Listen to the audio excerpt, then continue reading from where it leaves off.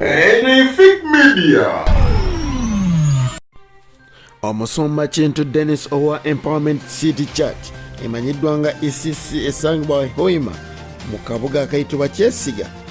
Police yamugombye mu obwala amanya muzikwa Alhaji Abdul Mnyamishafi Kulwanga ene fake media ukamotagwe naye joli kansendi bukimu kitambulya bulungi tukomewo namuli gafa masuge tugenda okutusanga ko buli lunako onakulwairo tulese pasta ononna akatambi akasinze okulabikibwa ennyo ku mutimbagano oba omukutu omugatta abantu oba abangi ne bayita omukwanira wala wamu ne fake media twasobodde okuteekako akatambi kano nga Pastor Kintu Dennis ononno akwata kibooko bwatu n'asobola okuba ba ushers wamu n'abaweereza abalala emigo.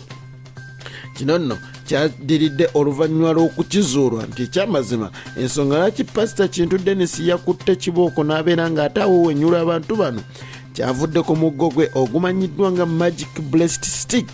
Omuggo guno ogw'emikisa ogwasobodde okubeera ng'ate gubula Pastor yavudde n'abeera ng'ate ababuuza omuggo gwe gye guli naye ne babeera nga tewali n'omu yasobodde kuba ng'amwanukula.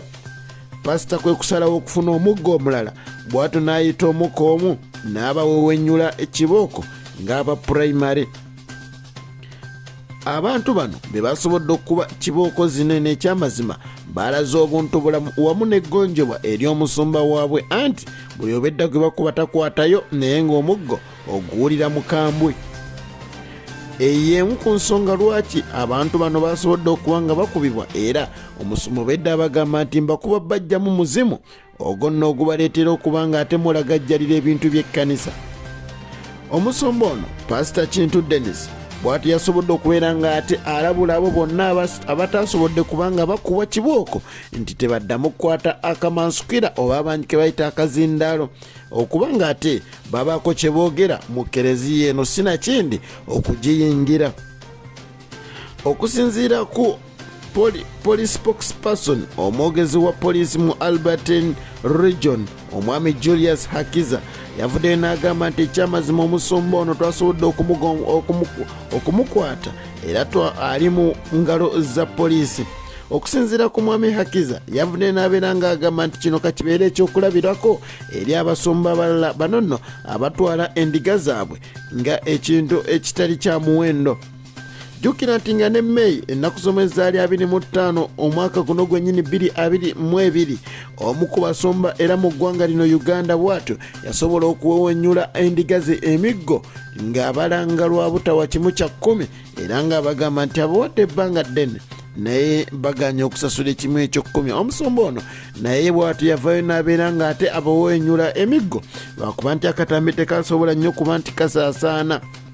Ku fake media akatambi ako tugenda kubanga ate tukabateerayo musobole okubanga mukalaba.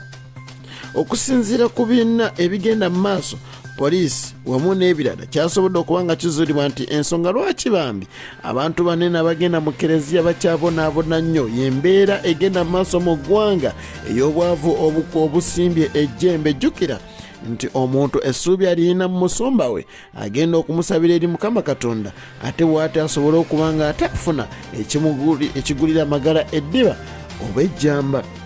Emisango egigguddwa ku musumba Kintu Dennis ononno kwe kuli okukukusa n'okubuzaawo abantu ogwo tubaye tetugumanyi, okukuba abantu obuswanyu ogwo gwe twalabyeko, wamu n'okusiga obusosoze mu mawanga wamu n'emisango emirala mingi egyamuteereddwako. Mwebale nnyo okubeera nga mumpuliriza paka olunaku lw'enkya n'amawulire aganaaba amasu wano ku fake media. Tovangawo, weebale kubeera ng'ate otwagala.